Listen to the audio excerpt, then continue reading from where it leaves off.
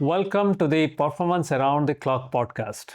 I am Professor Satchin Panda, a scientist in the field of circadian rhythm. In this podcast, I will talk to experts in many different fields about science, health, and human performance. You'll also find out why circadian rhythms is my favorite topic. I hope you enjoy the podcast and thank you for listening.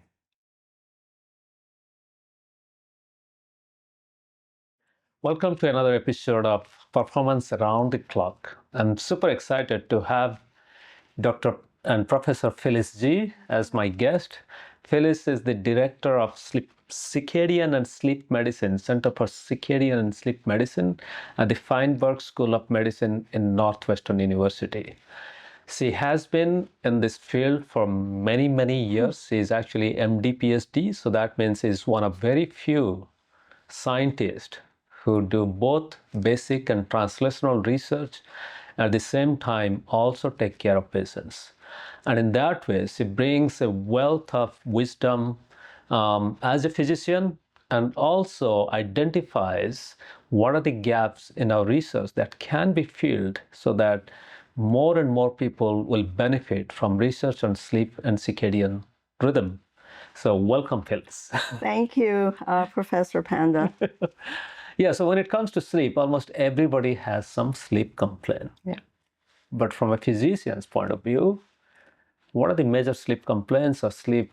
There's a boundary between just not getting a good night of sleep once in a while versus when it becomes so pathologic that people try various things, but then they cannot sleep properly.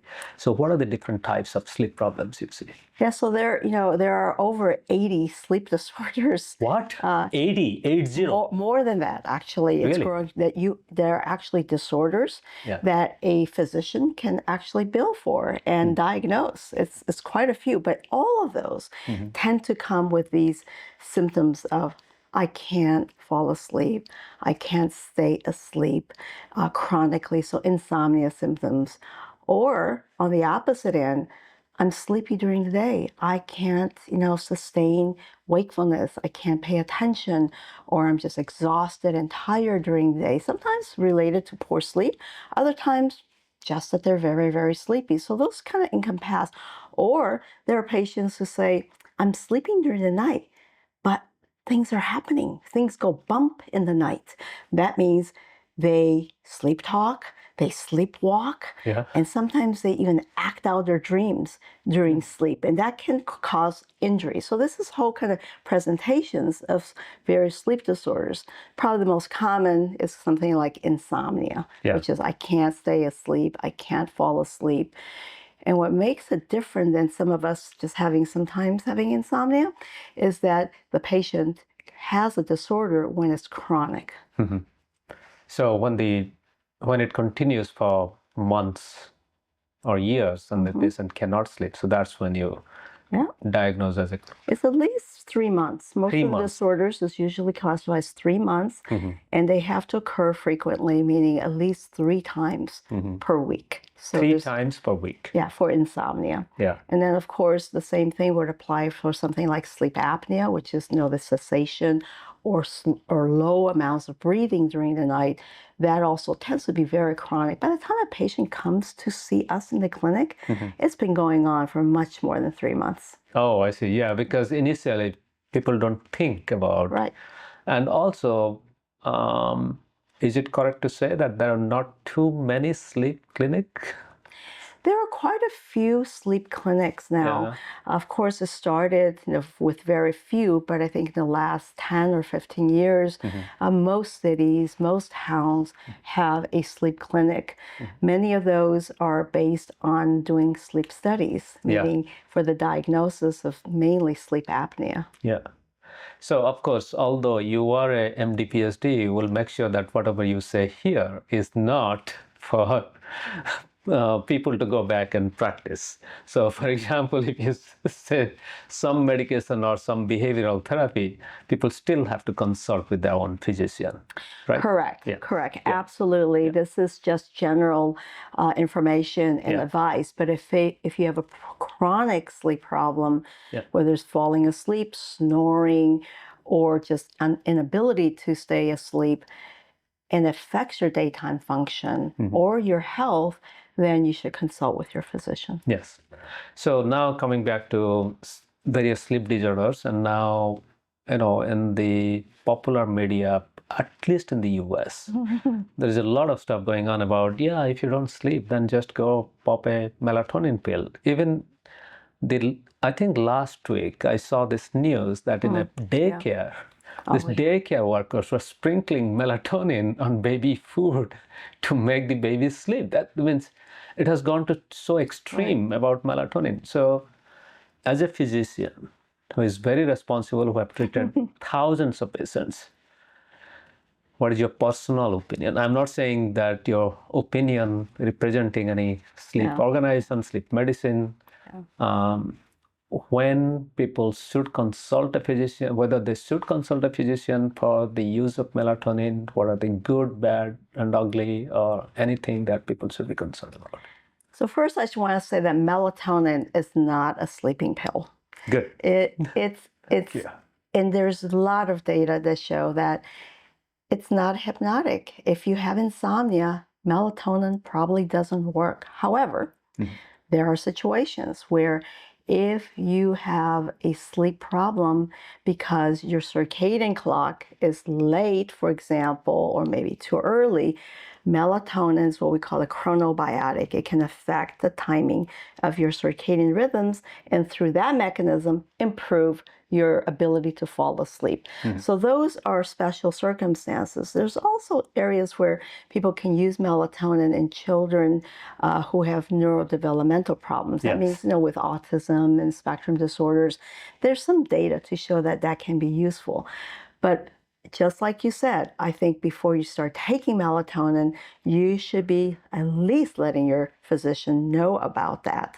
And we have to be very careful about those gummies, those melatonin gummies, because during the pandemic time, there were children going into the emergency rooms who had overdosed on too many gummies because the amount of melatonin in these formulations can vary tenfold or more. Tenfold? Or more. So when it says 5 milligram, that can be 50 milligram? Or more. Or more. Yeah. Wow. I mean, I'm very sensitive to melatonin, so I have to be, so that's why I actually don't take melatonin because I'm so sensitive. And if I accidentally take something that has 10 times more, that just kills my next day. I'm not functioning. So, for jet lag, some people can take it, temporarily, just to, again, shift the timing of their biological rhythm. That does make sense. But as a sleeping pill, although it's so popular, it is not recommended as a sleeping pill. Okay, that's good to hear, and it's Phyllis is a very authoritative voice within the field of sleep and circadian rhythm. And I guess you were also president of the Sleep Society at one point? Well, I was president of the Sleep Research Society, and also president of the World Sleep Societies. Yes. So what Phyllis actually says comes from many, many years of wisdom, literature reviews, and also talking to other physicians. So this is very important. But when you do prescribe melatonin as a chronobiotic, so that means it improves the timing of sleep. Many people, when they buy over-the-counter melatonin, they usually pop the pill before going to bed. As a physician who understands the biology and how it works, when do you prescribe your patients when they should take melatonin? So when you want to shift that clock, let's say you're somebody who can't fall asleep until 2 o'clock or 3 o'clock in the morning, and once you fall asleep, you actually sleep. That's probably not insomnia, but a delayed sleep phase disorder. Then you would want to take melatonin almost about 4 to 6 hours before your intended normal fall asleep time. So it's much earlier than your bedtime, right? So it would be 4 hours before your bedtime. And very importantly, you should take a very small dose. Like a 0.5 milligram is actually probably better than a 5 or more milligram. So these days really hard to get even 1 milligram That's anywhere, right? That's right. But there are some, areas, websites that they do make smaller amounts of melatonin because as a chronobiotic for your clock system doesn't require a lot. We're talking milligrams. Yeah. Your body, your brain is making only picograms, right? So much, much less. Yeah, so let's make that clear. So when you take melatonin, we're taking in milligram, but our body actually makes 1,000th time less. And that itself is effective in many cases. Means our own body's melatonin. Exactly. It doesn't mean that all of that milligram is getting into the bloodstream. There's bioavailability issues, but overall, it's a great context. Yeah. So that means if I have to take melatonin for jet lag, what you also just said is very important, that you recommend 4 to 6 hours before the intended bedtime. So that means during jet lag, if I intend to sleep at 10 o'clock at night in my target destination, I reach there, I should take that melatonin at 6 p.m. Not exactly. The reasons why Few hours before. Few hours before, but it depends where you're traveling to. Yes, of course. So the timing of melatonin is relative to your own internal clock, not your new time zone, right? Because you have not shifted yet. Yeah. So if you're going to Europe, for example, it's actually okay to take it very close to your normal bedtime there. Yeah. Because remember, you're still in your Chicago time, let's assume Puerto Rico time, wherever it is. So it really does, it's all relative to your own biological clock time, whether that melatonin is going to push your rhythm earlier or later. So there are some nice apps out there that you can actually download that can help you determine when to take that, when to get light, for example, depending on the direction of your travel. Yeah. So let's step back from melatonin, and actually let's segue into another topic that I think in the last 15 years or so, when I look at melatonin research, I think the biggest thing that pops my mind is the genetic association studies done in humans connecting melatonin receptor to metabolic disease, obesity, diabetes.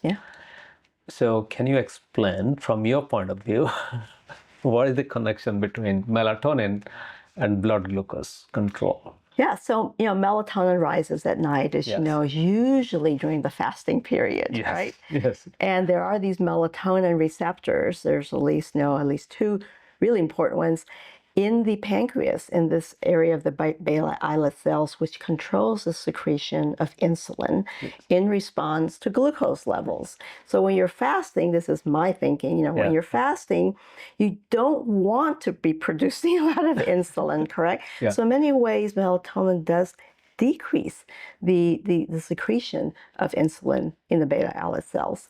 So now imagine if your melatonin is rising at night and you're eating, right? Yeah, late at night. That then has been associated with insulin resistance because you're not able to handle that glucose, because melatonin will further increase that glucose level during that period of time. So I always tell my patients, stop eating 2 to 3 hours before bedtime, because that is also when your natural melatonin is beginning to rise. Because if you eat too close to that, it could, as many studies have shown, that it could impair glucose tolerance. And then there are these receptor variants, right, polymorphisms in these receptors that can also increase the risk for diabetes. And that variant is very, very common. It's almost 50%, 40 to 50% of people have that. Yeah, it's very common. And that's why it's really good advice just to tell people, don't eat so close to bedtime. Because you don't know whether you've got the variant or not. But because it is so common, it does make sense. So then the flip question is this. And now going back to people kind of guzzling melatonin, 5 milligram, 50 milligram, and 100 milligram. And their blood levels, even if they are not eating throughout the night, do you see that melatonin levels remain high even after they wake up? Oh, yes, very high. Even 1 milligram. Yeah. We done this experiments before we started to, we did it, and try to see what would it be, 1 milligram. Even 1 milligram, it's still super pharmacologically high when you wake up. Wow. Because we're not picograms still, right? It's it's really beyond the, it's very high. It's very high. Now, so that means that if you're eating breakfast, not just we're talking about dinner now, breakfast, it could still have an impact on that. This is why in general we tend to suggest lower doses of melatonin. Yeah. So now, melatonin was kind of a nice segue between sleep and also metabolism. It's not only creating the conducive body state to fall asleep, because it's not triggering sleep, but it's actually preparing your body to sleep. That's right. That's right. And so melatonin kind of, with the new discovery of melatonin receptor in the pancreas, it connects sleep with metabolism. Yes. So now in your institute, you also have this sleep and circadian medicine. So can you tell us a little bit about how circadian rhythm and sleep are different and also overlapping? Because people always get a little confused, right? Well, it is, and because probably sleep and wake are the major output that we are obviously aware of our circadian system. So, at Northwestern, our center, we have the Center for Circadian and Sleep Medicine. Remember, I put circadian first. And because I do think in many ways that is the top gun, right? That is a much more broad regulatory system. But we do see sleep disorders, as we mentioned earlier. So we have a sleep clinic. We have sleep clinical laboratory where we do these sleep studies overnight to diagnose various sleep disorders. And then we have a separate circadian medicine clinic. And those are the patients who we believe that whether it's their sleep-wake problems or maybe the metabolic problems or cardiovascular issues may be related to a circadian disruption or disorder of timing. And so it's different. We're measuring then circadian rhythms, whether they're behavioral or hormonal rhythms, to try to figure out whether there is a timing issue in these conditions. So when you say hormonal rhythms, it can be stress hormone cortisol or night hormone melatonin. So you measure these hormones from some of these patients. Yeah, usually melatonin. And you can, of course, from the saliva also measure cortisol, usually melatonin. And there's some new developments that makes it a lot easier to do some of these things, not just multiple samples of saliva. There are some, we have to still see how good these tests are, but there are some like dry urine tests. I mean, you can actually put the urine on a piece of paper in a little well, and it can tell you how much melatonin, 6-sulfoxetol melatonin is there. We're testing some of that, and it rather than having jugs of like urine, this could be something that could be used. So there are new developments in helping us in the clinic to more practically assay the timing of circadian rhythms. So that's a big question, because everybody is curious. What time it is inside my body? And what are the current state of the tests that clinicians can order so that people can go and get it done? Or clinician scientists like you can do it in the clinic. It may not be a reimbursable code, but you are still experimentally doing it. For what is in the horizon that you may be testing, because many of the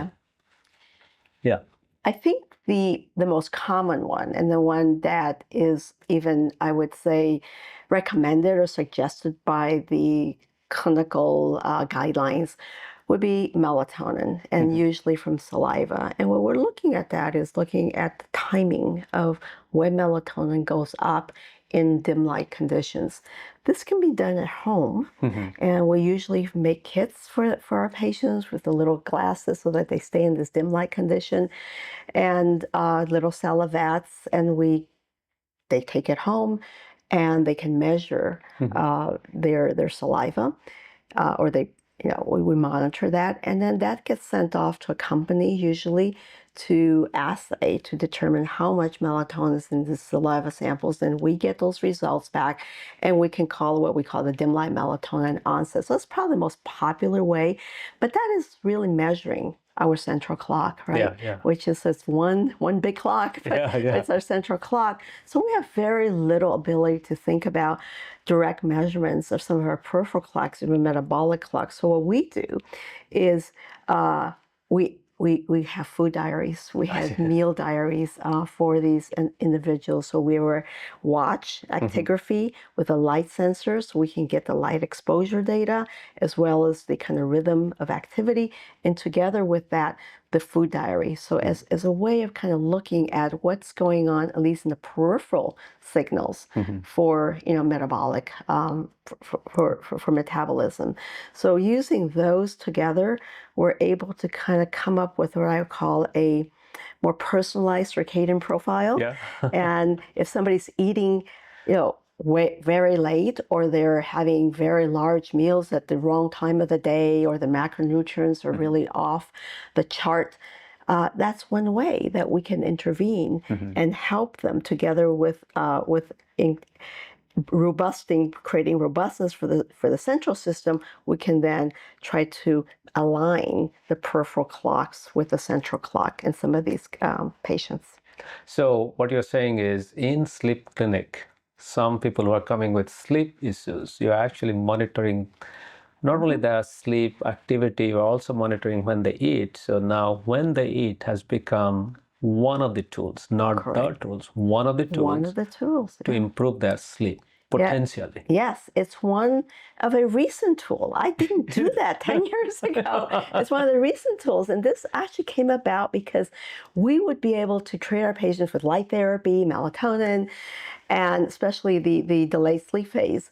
And they would say, yeah, my sleep is a little bit better, but I don't feel great. Yeah. And then when we start looking at their feeding rhythm, they're still very nocturnal. Yeah. We kind of misaligned them between their central clock and their peripheral clock. Yeah. So that's when we decided that we should be looking at that. And even if you don't have a circadian disorder, people with insomnia or sleep apnea, it's good from your work not to eat before too close to bedtime, and to kind of increase that fasting period. Yeah. And so it's now becoming, at least in our center, something that clinicians are much more aware of for their patients with all types of sleep problems. So now the other term you use in the center is circadian and sleep medicine. Yeah. Sleep medicine we understand. Yeah. What is circadian medicine, and how physicians can understand it, measure it, and use it in their practice? It's a loaded question, but yeah. Yes. Well, circadian medicine, if you think about it in a very small context, people do present with sleep and wake symptoms. So if they're early or they're late, I think the physician, there's diagnostic criteria for that. So I think we have to think, is this sleep complaint, or is this wake problem, daytime sleepiness, is that a timing issue? If we were to move that timing later or earlier, would that resolve or improve the problem? Shift work would be one of those. Of course, other conditions are very, very common that you, of course, are also working on. So one is to ask about timing. So how do we determine whether somebody should go into the circadian medicine clinic or just to the general sleep clinic? We ask about, if you're able to sleep at 3 o'clock in the morning, would you be able to fall asleep? Versus their problem is they can't fall asleep at 11 p.m. But what if we moved it? And the answer is yes. Then they probably have a circadian problem. They don't have a typical insomnia problem, right? So that's how we kind of determine that. And when they come into the clinic, then we see them, we ask a lot of clinical questions, try to figure out, is the medication induced? Other problems that they may be experiencing could still be something like sleep apnea. And then we do timing things, actigraphy, light to measure that. Sleep diaries, for example, logs. Feeding logs. We do this for about 2 weeks. Yeah. It's taken them a long time to come anyway, Yeah, so yeah, they yeah. can wait about 2 weeks. And then we may, not in everyone, probably 30-40% of people, we may do the melatonin profile Yeah. because we may not be sure, it's confident as to where their phase or timing may be. And then in some individuals also, especially the ones who are more extreme, we also do pupillometry. So in our clinic, so we don't do that, of course, in all our sleep patients, but in our circadian clinic, when we know in our circadian, our pupillometer is set up. So it really is very quick. It's a great test and it's really, really quick. We dark adapt them, we red light adapt them, and then we give them this short wavelengths like blue, green light, and we look at the pupillary constriction and also the dilation because we find that maybe light sensitivity is part of the issue. Do you see big change in light sensitivity from one person to another? We see it, yes. In the controls, we don't. They're fairly normal. But in some patients, especially the people who are very delayed or what we call non-24-hour, they're sighted, they can see very well, but somehow they don't seem to be able to train their circadian rhythm to a near 24-hour rhythm. In those individuals, we have found, we've published this data, that they have low sensitivity to light during the day. Wow, so that means they actually need way more light. Exactly. Or we need to somehow enhance their sensitivity to light, whereas there's another population of patients that they're more sensitive to light in the evening. So you can see now the treatment is quite different. But this is something that people cannot do in their home. They cannot just go stand in front of a mirror and shine light and see how the pupil is One thing you constricting. can do. So how I even thought about doing this was because, like you said, I'm a clinician, I'm a doctor, I'm a neurologist. So what do? You got to do something, right? So I check people's pupils as a routine thing. Really? Yeah. And I noticed several years ago that some of these patients, especially these younger patients with delayed sleep phase, they wear sunglasses when they come in to see me. In the middle of the day, they're wearing sunglasses. They live in the basement. So I thought, well, that's why they're delayed, because they're not getting enough light. But then I shine my light, not a pupillometry, just a simple light, pen light. And I see that their pupils tend to be larger at rest. And when you shine the light, they constrict, but then very quickly they dilate again. So there could be a bedside screening method for this without actually having the pupillometry. Yeah, but this is something that, somebody can come up with a much better tool, even a you can do a hand selfie kind of. Yes, and then there are handheld pupillometers, as well. So I think that's going to be part of the future in a circadian medicine clinic, is to go beyond that, because now you can be a little more strategic in your treatment modality and more individualized. Yeah. So when it comes to light, you said that you measure light in some people, and if you're not seeing that they're not getting enough light exposure during daytime, what do you recommend them to do? Well, I recommend everyone with a sleep disorder, regardless, to get more light during the day, especially in that morning part, because the light intensity, but also the spectrum of the light colors change across the day. I tell them to get more light during the day if possible. Sometimes, with light boxes, if they're sitting in an office, or these goggles that people can wear that give you kind of more short wavelength light or blue-green light. So that's very common. And especially for my younger patients, the kind of adolescents and so forth, I just have them put that pair of glasses right next to their bedside. Even if they don't want to wake up, they can put those on and sit in bed with their eyes open and vegetate a little bit, because there's even that 10 or 20 minutes can be quite useful. or using these lamps, these dawn or simulators, these lamps that, so like 7 a.m. or 8 a.m., they begin through sunrise. So there are many, many methods of improving that light. But the best, I think it's still sit next to a window. Yeah, if you can't be outside, sit next to a window. Or I tell my patients, just go outside in the middle of the day or in the morning, take a 15-minute walk or 20-minute walk. And if you can't do that, sit next to the window within 50 feet. Within 50 feet of the window. 50 inches. Well, it doesn't have to be that close. Yeah, so 50 inches, like 3 feet. I mean, not 50 feet, I'm sorry. Like about, 3 or 4 feet. 1 yard or something 1 yard. Like that. Yeah. No, actually, that's interesting. There are a lot of people who actually don't get that opportunity to even sit next to the window. Because we all draw our curtains. Exactly. And then we forget to open them in the morning. And then just talking. It's very simple, actually. That itself can be quite useful. I found that with patients that, instead of using the light boxes, just doing that. But the issue with that is that in the morning, they actually have to open up their blinds, right? Because you want to have dark blinds, during the night, and they have to open their blinds. And that becomes a bit more of an issue. Of course, you have the electric ones, they're great, but that's very expensive. So coming back to the circadian sleep medicine, now we are also proposing to have a network of clinics. So tell us a little bit about these clinics. So I do believe that putting that time domain into medicine, we know timing is so important in everything. You miss the plane, right? But here in medicine, we're really not considering the time domain when we diagnose patients, like the blood work that we do, when we treat our treatment modalities and so forth. So I do think this is the future. And because of that, we have a group of us have started developing, and we now have this association called the International Association of Circadian Health Clinics.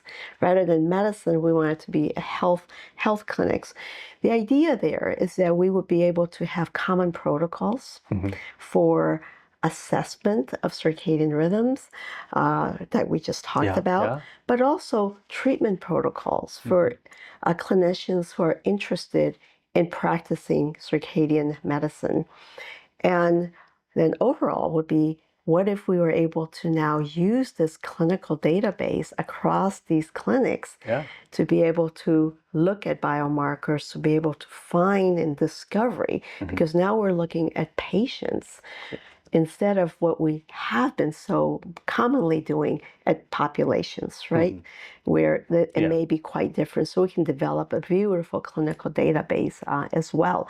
So it's up and going, this association, and we hope people will join that. So what do they need to do to join? So how to establish a circadian health clinic? And then how they can join this association. So there's a website of it's called the International Association of Circadian Health Clinics. If you just Google that, you'll get to that website. And there will be some things about how to join that. We're still very early stages right now of that. But if you're really also very interested, I believe it's coming up soon in June, sometime in the middle of June. We will begin to have a series on circadian medicine. And the first one will be actually myself talking about how you develop a circadian medicine clinic from a case study of us at Northwestern. And Dr. Achim Kramer is going to be speaking about circadian medicine as a whole. And from Berlin, from Berlin. So we will. This will be available for all audiences. So they will be done in different time zones, so that you can. It's all web based and it's free.